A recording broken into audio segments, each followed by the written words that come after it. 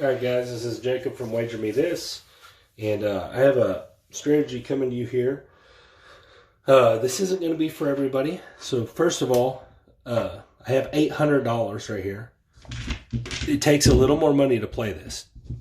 Alright, so what we're doing, we don't have to shoot the dice. We're waiting for a shooter to roll two numbers in a row that are 4 through 10. That's counting to 7. They have to roll the same number 2 times in a row. It won't work with horn numbers, even though we just rolled 2 11s in a row, because there is no way to lay them. 3 11s in a row. 7. Okay, so we're just waiting our turn here. 10. Okay. 5. We're just looking for 2 numbers to go in a row. And this may take a minute. There's a 12. You have to be real patient. But I think you're skewing the ways to win in your favor significantly. There's a 7. There's a 10. 7. 8. I'm just looking for 2 in a row. 6. 7. 7. Okay, so we just saw 2 7s in a row. All right. For my money, I don't think we're going to roll a third 7 in a row. All right. So what we're going to do is we're going to take a chance here and say $20 horn bet.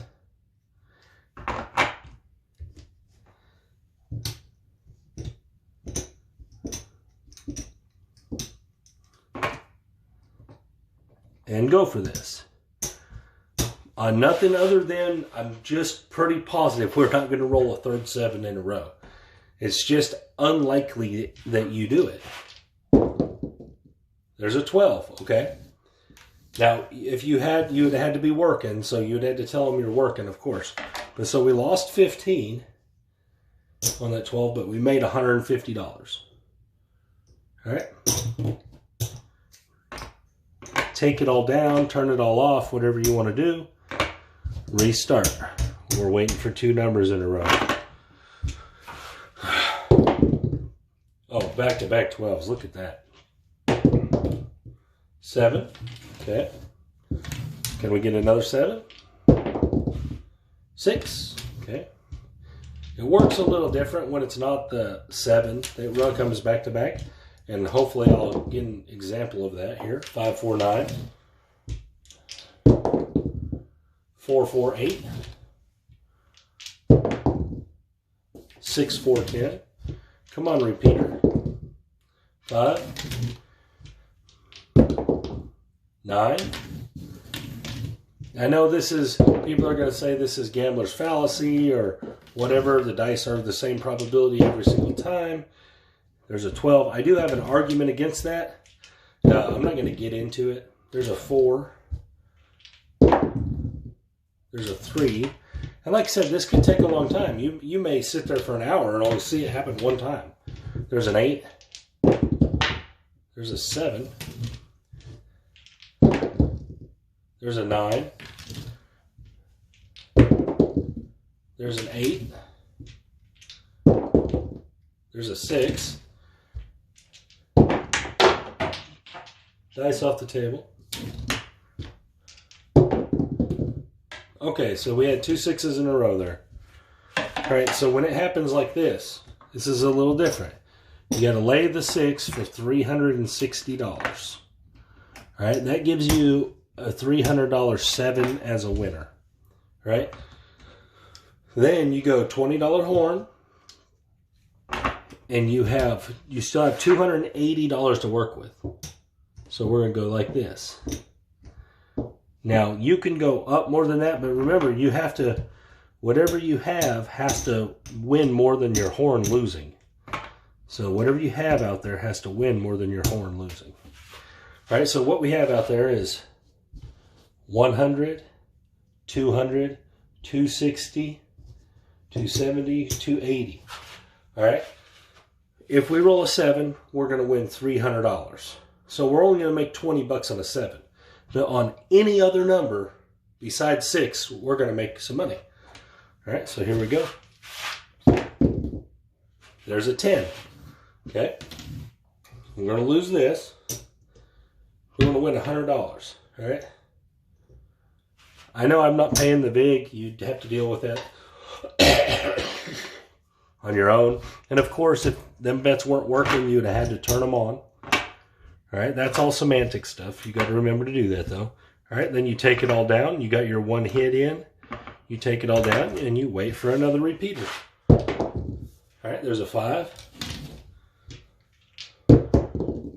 There's a 7. There's back-to-back 7s. Okay, so on this one, again, we're on the front side of it. All right, simple again. We're going with the idea that we're not going to see 3 7s in a row. That the likelihood of it is so small that we're willing to put all this money out there for one single roll. As long as it doesn't roll a 7, we win. 3. All right, horn 3.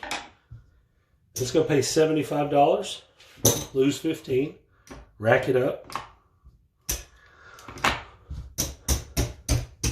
take it all down. Now, would your dealers get tired of this? Yeah, they might just want you to turn it off, which is fine. You can do that. 7, okay. 9. See if we can get one more box number to repeat. 6.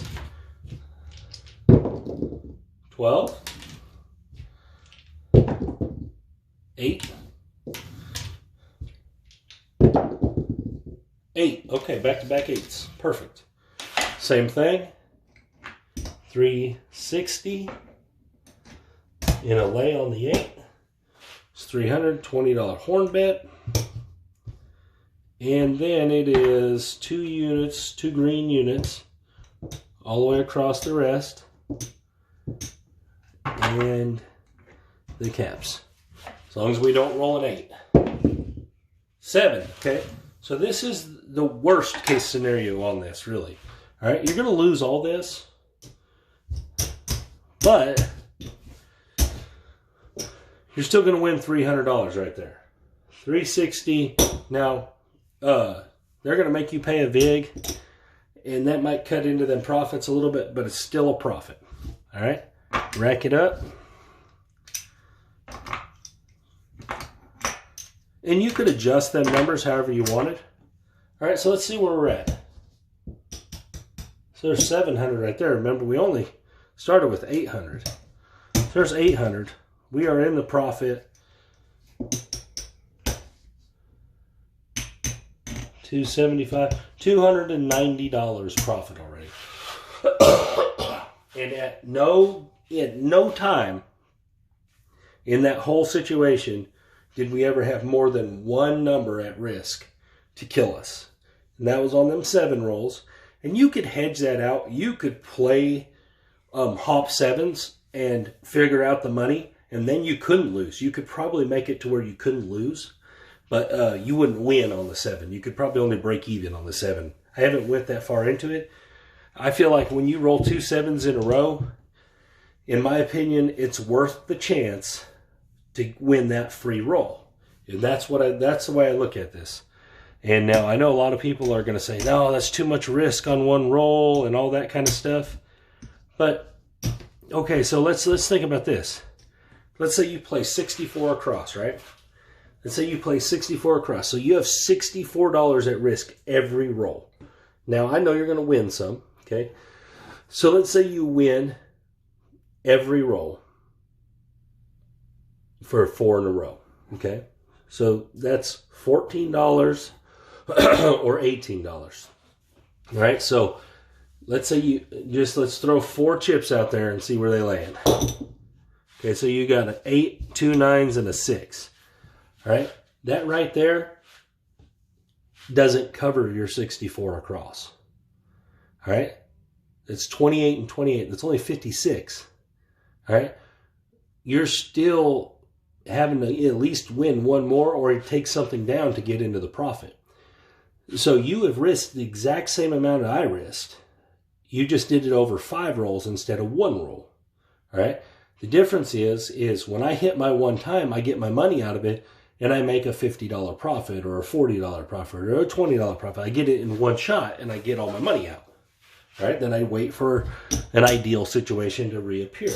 And that's the idea behind this strategy. And I'll probably do this strategy some when I go to play with the stimulus money. And the reason being is because I want to show it in a live situation. I want to show why this works and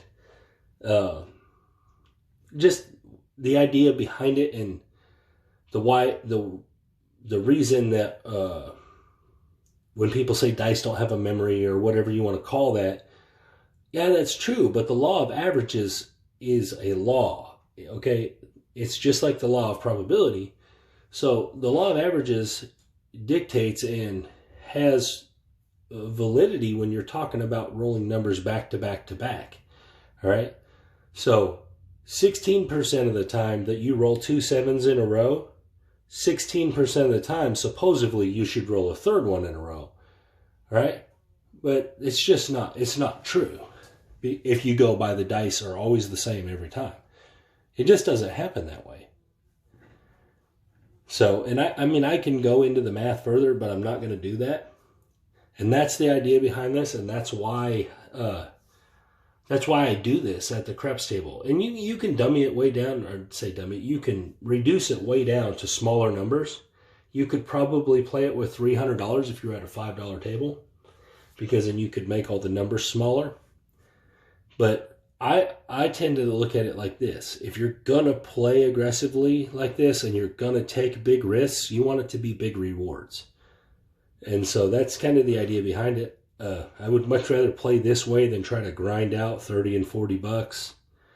That doesn't make a lot of sense to me. So anyway, this is Jacob from Wager Me This, and I hope you guys liked the video. You guys have a good day.